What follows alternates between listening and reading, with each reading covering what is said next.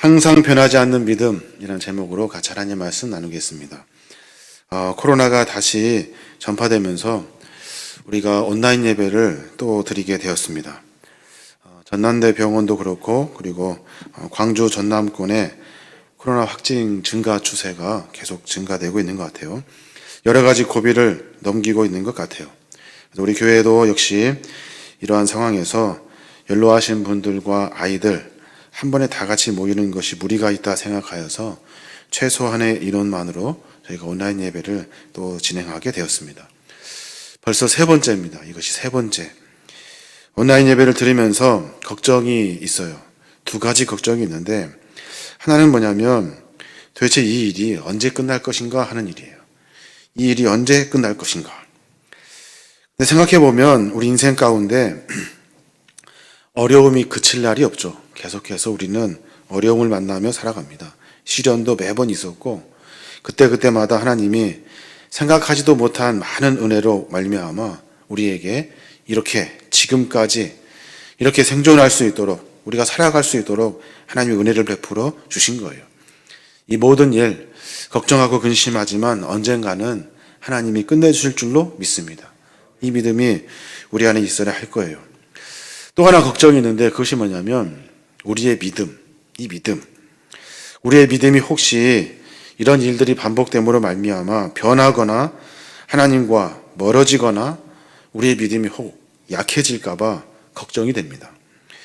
고난이 시련이 아니면 우리의 조금 나태한 이런 여러 가지 삶의 모습이 점점점 우리의 믿음으로 하여금 자꾸 약해지게 하는 거예요. 시련을 넘고 그리고 나태함을 넘어서 하나님과 멀어진다면 우리가 그렇게 지켰던 믿음 사실은 다 가짜가 되는 거예요. 끝까지 포기하지 않고 하나님을 붙들면서 우리의 믿음을 지켜야 하는 겁니다. 이렇게 코로나로 인해서 어려움은 당하고 있지만 어려움 가운데서도 변하지 않는 믿음, 이 믿음을 우리가 가져야 하는 거예요. 시편 기자는 그렇게 말해요. 시편 119편 71절에 고난을 당한 것이 내게 유익이라. 이로 말미암아 내가 주의 율례들을 배우게 되었나이다. 고난이 있다 하여도 이 고난을 통해서 나에게는 유익이래요.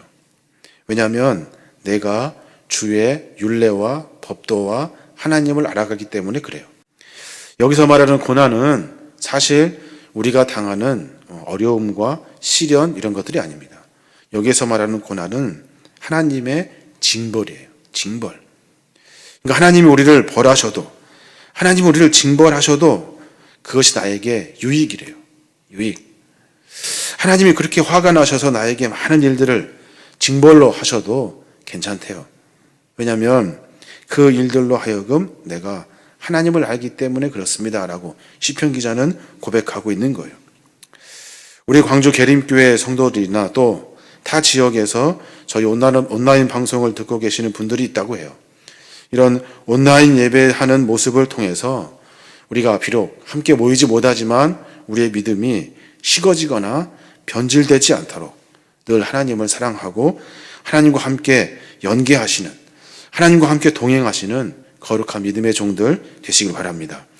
변하지 않는 믿음. 여러 가지를 고민해 봤어요. 변하지 않는 것이 무엇일까? 변하지 않는 것이 뭘까? 생각해 보니까 참 가까운 데 있었더라고요.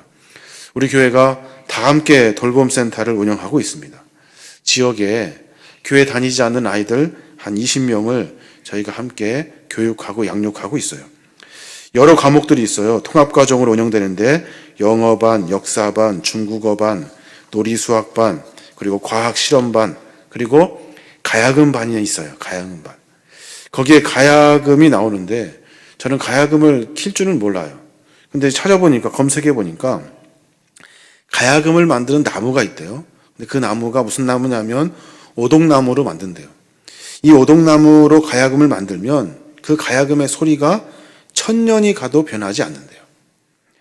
조선 중기의 문인이었던 신흥이라는 시인이 있어요. 그분이 야언이라는 책에 그런 시를 적어요. 오동은 1000년 늙어도 항상 가락을 지니고 매화는 일생 추워도 향기를 팔지 않으니 라는 시가 있어요. 오동 그 나무는 1000년 동안 지나도 그 소리가, 그 가락이 변하지 않는데요. 매화는 아무리 추워도 향기를 잃어버리지 않는데요. 오동나무의 소리는 천년을 지나도 변하지 않는 울림통을 가지게 되고, 매화는 벚꽃과 비슷해 보이지만 바람 불고 비 오면 곧 지고 마는 벚꽃이 아니라 매화는 추위 속에서도 그 꽃과 향기를 잃어버리지 않는 것이 매화래요. 사람도 그런 것 같아요. 사람도 100년을 늙어도 가락이 있고, 아름다운 가락이 있고, 그리고 아무리 춥고 어렵고 힘든 일이 있다 하여도 그 향기를 팔지 않는, 일평생 변하지 않는 사람이 되어야 하는 거예요. 우리의 믿음도, 우리의 신앙도, 바른 신념도, 모든 것이 바람이 분다 하여서, 시련이 있다 하여서 모든 것이 쉽게 변해버려서는 안 되는 겁니다. 코로나로 인해서 우리의 믿음이 변하지 않기를 주님의 이름으로 축원합니다. 성경 인물을 찾아봤어요. 거기 보니까 믿음과 신앙을 가진 사람이 있어요. 변하지 않는 믿음과 신앙. 그가 누구냐면 요셉입니다. 요셉은 일상적인 삶에서도 고난의 시기에도 그에게는 늘 신앙의 향기가 계속해서 피어나고 있었어요. 형들의 미움으로 종으로 팔려갑니다. 노예로 살아갑니다. 그리고 애굽의 총리가 되어서 힘을 갖습니다. 그럼에도 불구하고 그 믿음은 처음부터 끝까지 변하지가 않아요. 사람도 마찬가지예요. 나물이 쉬듯이 금방 변하고 쉬어버리면 안 돼요. 갈대가 흔들리듯이 이리저리 흔들리는 사람이 되어서는 안 되는 거예요. 어느 순간에도 변하지 않는 믿음, 이 믿음이 우리 안에 있어야 하는 거예요. 오늘 저는 요셉의 이야기를 같이 나누려고 해요.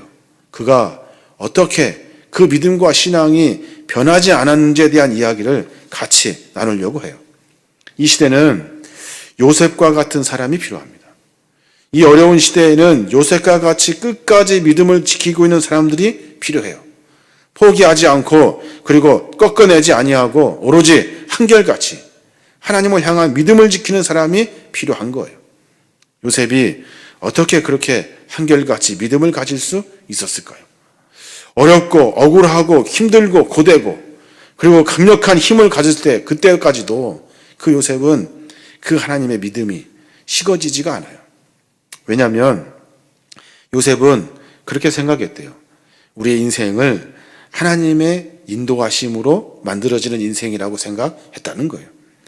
다시 말해서 요셉은 하나님의 큰 섭리가 있다는 사실을 믿었어요. 어려워도 힘들어도 고대도 이 모든 것들은 전부 다 하나님의 섭리다, 하나님의 계획하심이다 라고 생각했다는 거예요. 요셉에게 10명의 형들이 있었잖아요. 형들은 처음에는 요셉을 죽이려고 하다가 결국엔 그를 노예로 팔아버립니다. 그 정도로 요셉을 미워해요. 그들은 이미 형제라고 부를 수 없을 만큼 남보다도 더 못한 원수 같은 사이가 돼버린 거예요. 근데 노예로 팔린 요셉은 당시에 최강국인 애굽의 국무총리의 자리까지 오릅니다. 그런 요셉 앞에 원수가 외나무 다리에 만나듯이 힘을 가진 요셉 앞에 원수 같은 형들이 나타난 거예요. 이 극적인 장면에 요셉이 그 형들에게 그렇게 말해요. 창세기 45장 5절 말씀. 당신들이 나를 이곳에 팔았다 해서 근심하지 마소서. 한탄하지 마소서. 하나님이 생명을 구원하시려고 나를 당신들보다 먼저 보내셨나이다. 여러분, 이 구절 우리가 많이 읽어서 잘 압니다만은 신구약을 통틀어서 하나님의 개입하심과 섭리를 이렇게 잘 표현한 본문은 없을 거예요. 이 구절은 요셉 이야기 전체의 핵심 구절이에요. 요셉은 어떻게 이런 고백을 할 수 있었을까요? 왜냐하면 모든 것은 전부 다 하나님의 계획입니다 라고 말했다는 거예요.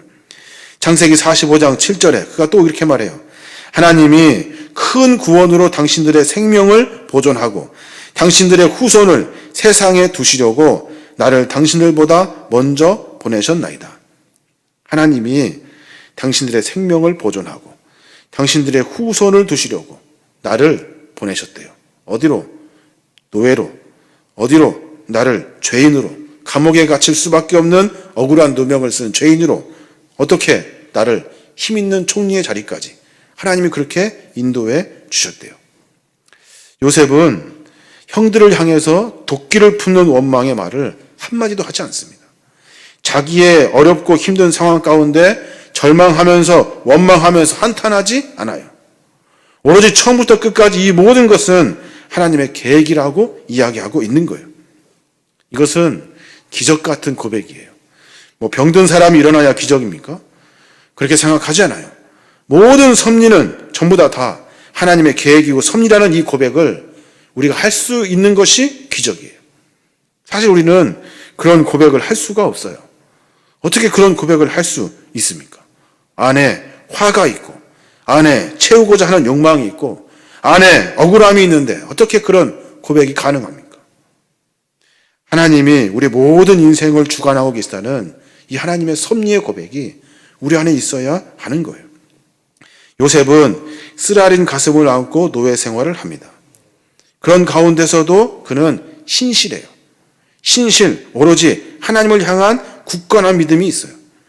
요셉은 주인 보디발의 장군의 아내가 자기를 강간범으로 모함해요. 그래서 감옥에 gat습니다. 그럼에도 불구하고 그는 그곳에서 묵묵히 하나님을 향하여 삶을 살아내요. 한이 맺히고 또 맺혔을 거예요. 그 마음 가운데 도끼가 아주 가득했을 거란 말이에요. 근데 요셉은 달랐어요.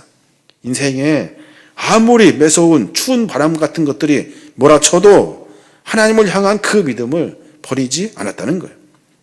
그의 마음에는 하나님의 관점, 하나님의 섭리로 인생을 바라보는 그의 믿음이 있었던 거예요. 여러분, 삶이 뭡니까? 삶을 뭐라고 이야기하냐면 우리 인간의 삶을 사실과 해석의 사이다라고 말해요. 사실과 해석의 사이래요. 어떤 사건이 있으면 그것을 해석합니다. 그래서 그 의미를 받아들여요. 저 사람 왜 나한테 그렇게 했지? 이 일이 왜 나한테 일어났을까? 이런 문제들을 해석해냄으로 말미암아 우리 인생의 삶을 만들어 가는 거예요. 신앙은 무엇입니까? 신앙은 우리의 삶의 사실과 사건에 대해서 믿음으로 해석하는 것이 신앙이에요. 나에게 만나는 모든 상황과 형편을 믿음의 눈으로 그 일들을 해석해내서 우리가 신앙의 삶의 모습을 살아가는 거예요. 이것이 바로 신앙이에요. 하나님은 왜 나에게 이런 일을 하시는가? 하나님은 왜 나에게 이런 계획을 하셨는가? 도대체 하나님은 살아계시는가? 하나님의 은혜가 무엇인가? 그래서 이 모든 것이 하나님의 섭리구나, 하나님의 계획이구나 라는 사실을 해석해낼 수 있는 그런 믿음이 우리 안에 있어야 하는 거예요. 요셉에게는 그것이 있었던 거예요. 그러니까 어려운 일을 당하고 억울한 일을 당하고 힘든 일을 당해도 그에게는 흔들림이 없어요. 이 모든 것은 하나님이 주관하고 계시다는 그의 해석이 있기 때문에, 믿음을 통한 해석이 있기 때문에 그가 그런 삶을 살게 되는 거예요. 요셉은 하나님의 섭리하신다는 믿음과 신앙, 이 모든 것은 하나님의 계획이다라고 말씀하고 있는 하나님의 그 고백이, 그 요셉의 고백이 그의 삶 가운데 찼던 거예요. 삶은 우리의 생각과 의도대로 일사불란하게 움직이지 않습니다. 여러분 잘 아시죠? 내 의도대로 절대로 움직이지 않아요. 매번 만나는 것은 어려움이고 고난이고 고민이고 걱정밖에 없어요. 그것을 어떻게 해석해내느냐가 우리의 삶의 방향을 정할 수 있는 거예요. 주님이 나를 엉뚱한 곳으로 이끌어 가실 때가 있다고요. 그럼에도 불구하고 우리가 주님과 떨어지지 않는 이유는 하나님이 그 일 가운데 우리를 통해서 하나님의 계획이 있기 때문에 그 일을 묵묵히 감당해 내는 거예요. 어려운 일을 맞닥뜨렸을 때, 걱정이 생겼을 때 믿음을 다 버려버리고 내가 내 마음대로 내가 하고 싶은 대로 산다면 그것은 믿음도 신앙도 우리의 인생의 삶도 아무것도 아닌 거예요. 하나님을 붙드는 인내가 바로 성숙이고 우리의 영성이고 믿음이라는 사실을 우리가 깨달아야 하는 거예요. 우리가 만나는 인생의 사건과 사실은 순전히 하나에서 10가지 우리의 마음에 들지가 않아요. 여러분 듭니까? 하나도 들지가 않아요. 그럼에도 불구하고 우리의 상황, 내 상황, 그리고 나와 만나는 사람들, 그리고 내 현실, 내 처지, 이 모든 것이 마음에 들지 않지만 우리가 고백할 수 있는 것은 하나님께서 역사하고 일하시고 계시다는 거예요. 하나님의 섭리가 그 안에 있다는 거예요. 쓰디쓴 인생의 사건들을 다 합쳐가지고 하나님은 우리의 인생을 이끌어 가신다는 거예요. 요셉은 그의 삶 가운데 어려움이 참 많았을 거예요. 그럼에도 불구하고 원망이나 불평을 하지 않아요. 그 안에서 하나님을 고백하게 되는 거예요. 종이를 접는 그런 놀이를 아이와 한 적이 있습니다. 종이가 접힐 때마다 제가 비명을 질렀어요. 아야 하고. 그리고 펴질 때마다 좋다 그랬어요. 종이가 접히고 펴지고 접히고 펴지고 하면서 비행기를 접었다고요. 비행기를 접어서 하늘에 날립니다. 그러면서 고통과 어려움 가운데서도 완성해가는 그런 이야기를 제가 해주고 싶었어요. 접히는 순간 분명 하나님의 선한 섭리가 있고, 펴지는 순간에도 하나님은 다음과 같이 우리의 삶 가운데 또 많은 일들을 이루어 가실 하나님의 계획과 섭리를 발견해 내는 거예요. 사랑하는 여러분, 흔들리는 인생으로 살아가는 것이 아니에요. 우리는 초지일관 믿음을 가지고 하나님을 바라보는 삶을 살아야 하는 거예요. 그래서 인생은 마라톤이라고 하잖아요. 마라톤. 꼬린 지점을 향해서 큰 그림을 그릴 수 있는 사람이 마라톤에서 승리할 수 있대요. 바로 내 앞에 뛰는 사람 쫓아가는 것이 아니라 내 페이스, 그러니까 내가 어떻게 묵묵히, 어떻게 연속적으로 계속해서 끝까지 완주할 것인가에 대한 고민을, 큰 그림을 그려야만이 42.19km를 완주할 수 있대요. 마라톤의 비결은 거기에 있다는 거예요. 믿음도 마찬가지입니다. 믿음이란 지금의 모습이 설령 혼동스럽고 힘들어 보여도 큰 그림을 그릴 수 있어야 하는 거예요. 하나님의 선한 계획이 있다는 확신을 가지고 삶을 살아내어야 하는 겁니다. 코로나가 어렵고 힘들지만 분명히 이 일을 통해서 하나님이 계획하신 것이 있어요. 이 일들을 통해서 많은 사람이 고통을 당하지만 그럼에도 불구하고 하나님은 이 일들을 통해서 하나님이 계획하신 것이 있어요. 우리가 포기하고 생각하지도 않고 그냥 고민하지도 않으면 하나님의 그 놀라운 섭리를 발견할 수가 없는 거예요. 어렵고 힘든 일이 있을 때마다 내 삶의 모습을 점검하고 하나님의 의도가 무엇인지, 하나님의 계획이 무엇인지 다 알 수 없지만 묵묵히 생각해낼 때, 그때 하나님은 그 섭리 속에 우리를 포함시키셔서 그분의 계획대로 우리의 삶을 만들어 가시는 거예요. 그래서 바울은 이렇게 고백을 해요. 로마서 8장 28절에 우리가 알거니와 하나님을 사랑하는 자 곧 그의 뜻대로 부르심을 입은 자들에게는 모든 것이 협력하여 선을 이루느니라. 여러분 잘 아시는 본문이죠. 어려운 일, 고된 일, 즐겁고 행복한 일 모두가 다 협력하여 이루는 선이 뭐예요? 모든 것이 합쳐져서 이루는 선이 뭐예요? 우리가 내 안에 계신 예수 그리스도가 드러나게 되는 거예요. 내가 잘 되는 것이 아니라 나로 하여금 그리스도의 향기가 나게 하는 것이 하나님의 최종 목적이 되는 거예요. 요셉 이야기에서 드러나는 것이 뭡니까? 요셉이 드러납니까? 그렇지 않아요. 하나님이 드러나는 거예요. 요셉의 이야기를 통해서 그 안에 개입하시는 하나님의 섭리가 드러나게 되는 거예요. 요셉은 이 하나님의 주권을 믿었기 때문에 외로움의 자리에서도, 노예의 자리에서도, 복수할 수 있는 자리에서도 하나님을 향한 믿음을 잃어버리지 않아요. 하나님의 계획과 섭리 앞에 하나님께 맡겨드리라는 거예요.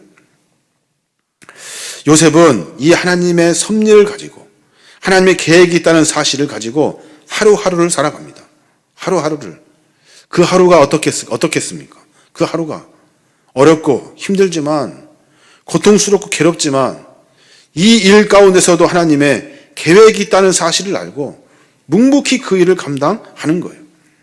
애굽의 보디발 장군은 자신의 집에 팔려온 많은 노예들 중에서 요셉을 주목합니다. 요셉을, 그에게서 뭔가 다른 느낌을 받은 거예요. 여느 노예들과 다른 품격과 신비감이 그에게서 있는 거예요. 그 일을 살펴보니까 요셉은 하나님과 함께 하더라는 거예요. 하나님과 늘 그 안에 하나님이 계시더라는 거예요.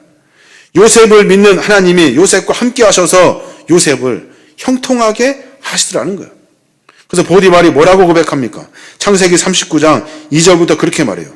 여호와께서 요셉과 함께 하심으로 그가 형통한 자가 되어 그의 주인 애굽 사람의 집에 있으니 그의 주인이 여호와께서 그와 함께 하심을 보며 또 여호와께서 그의 범사에 형통하게 하심을 보았더라. 보디발이 요셉을 통해서 여호와 하나님을 본 거예요. 요셉은 고향 생각하지 않습니다. 그러면서 눈물 흘리지 않아요. 그 안에 도끼를 품고 복수할 날을 기다리지 않아요. 그는 노예의 자리에 있으면서 감옥에 갇혀있는 하루하루를 하나님이 나와 함께 하시고 이 일이 하나님이 함께 하시고 계획하시는 섭리의 날이라고 생각한 거예요. 내가 지금 무슨 일을 할 때마다 내 생각, 내 방법으로 하지만 이 모든 일들이 하나님의 섭리 안에 있다고 생각한 거예요. 그러니까 신실할 수밖에 없고 성실할 수밖에 없고 하나님을 향한 믿음의 고백의 삶을 살게 되더라는 거예요. 아름다운 인생은 아름다운 날들이 모여서 만들어지는 것이 아름다운 일생이에요. 하루하루가 모여져서 소중한 인생이 되는 거예요. 이 세상에 제일 소중한 소금이 세 가지 있다 하잖아요. 하나는 소금이고 하나는 황금이고 하나는 지금이래요.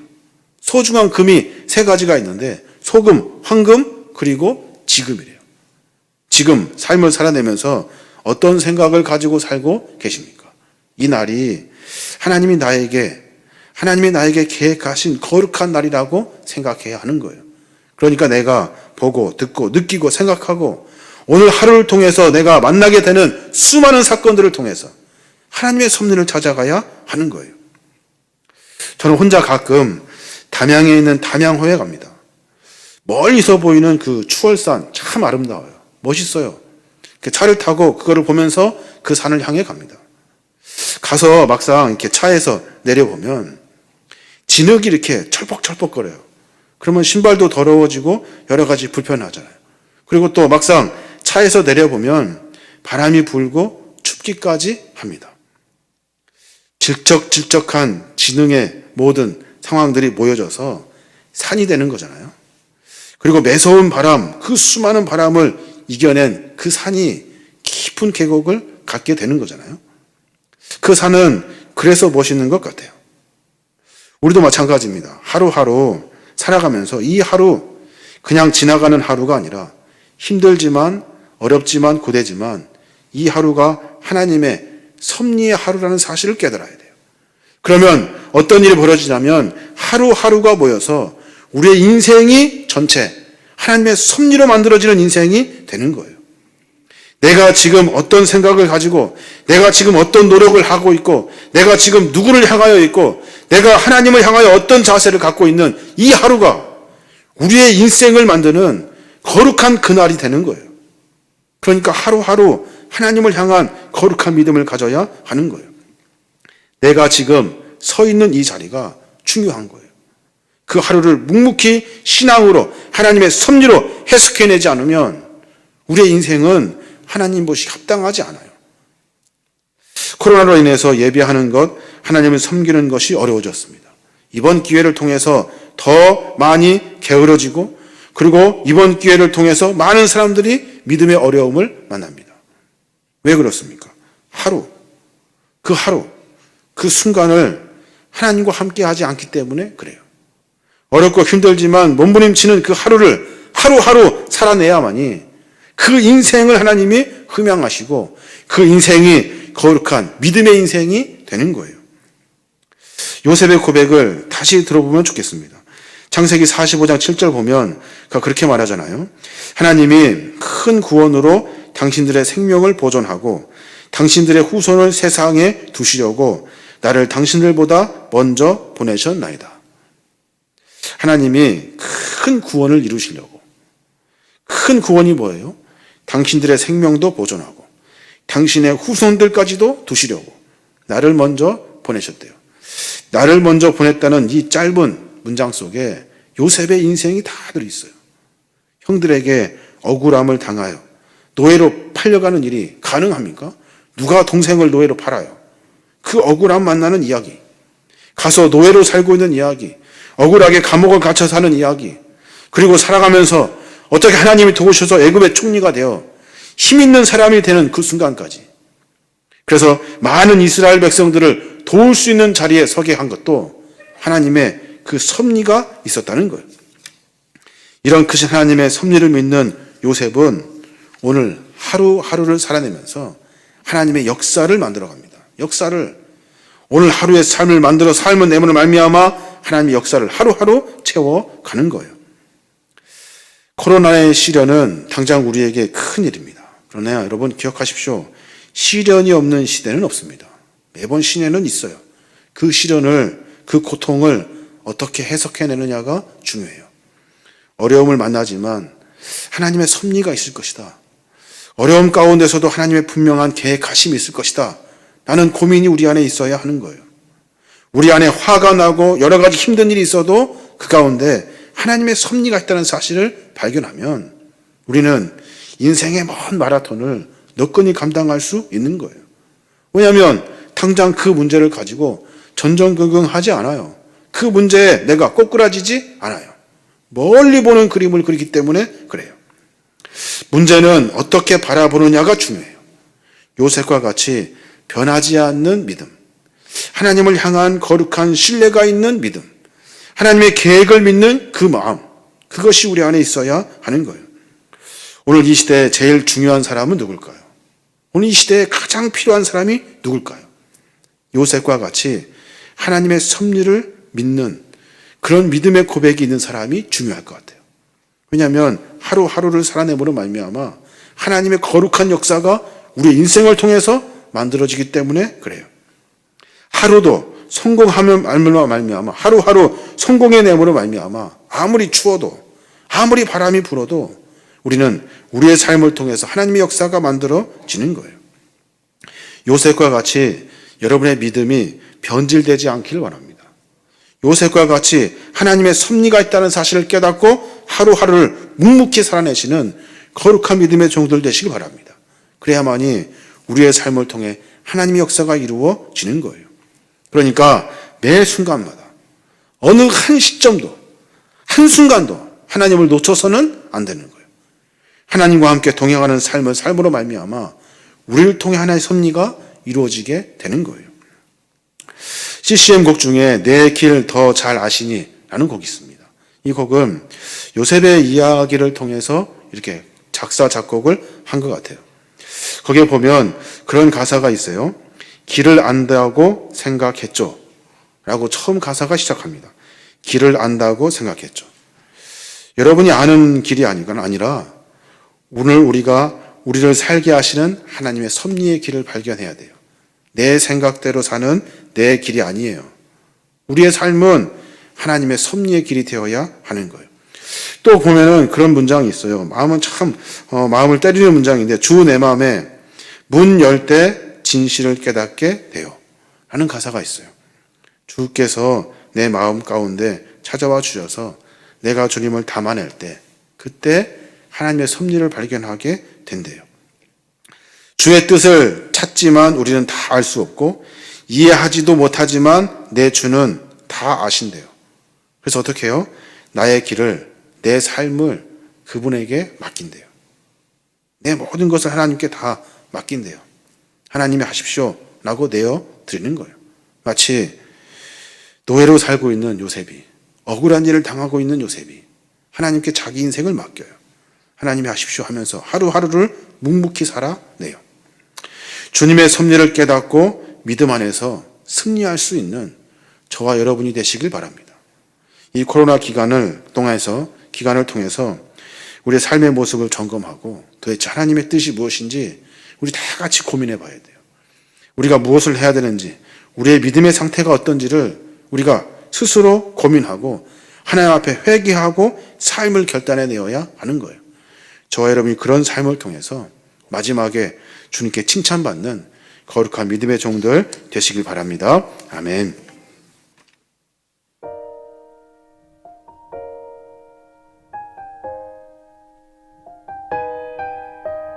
길을 안다고 그렇게 생각했죠. 다 이해할 순 없지만 그 길을 따랐죠. 하지만 이곳 절망에 차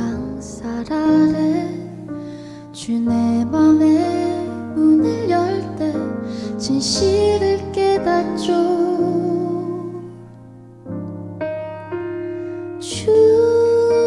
주는 다시죠 나의 길을. 내 삶을 다 맡깁니다. 내 길도 잘 아시니.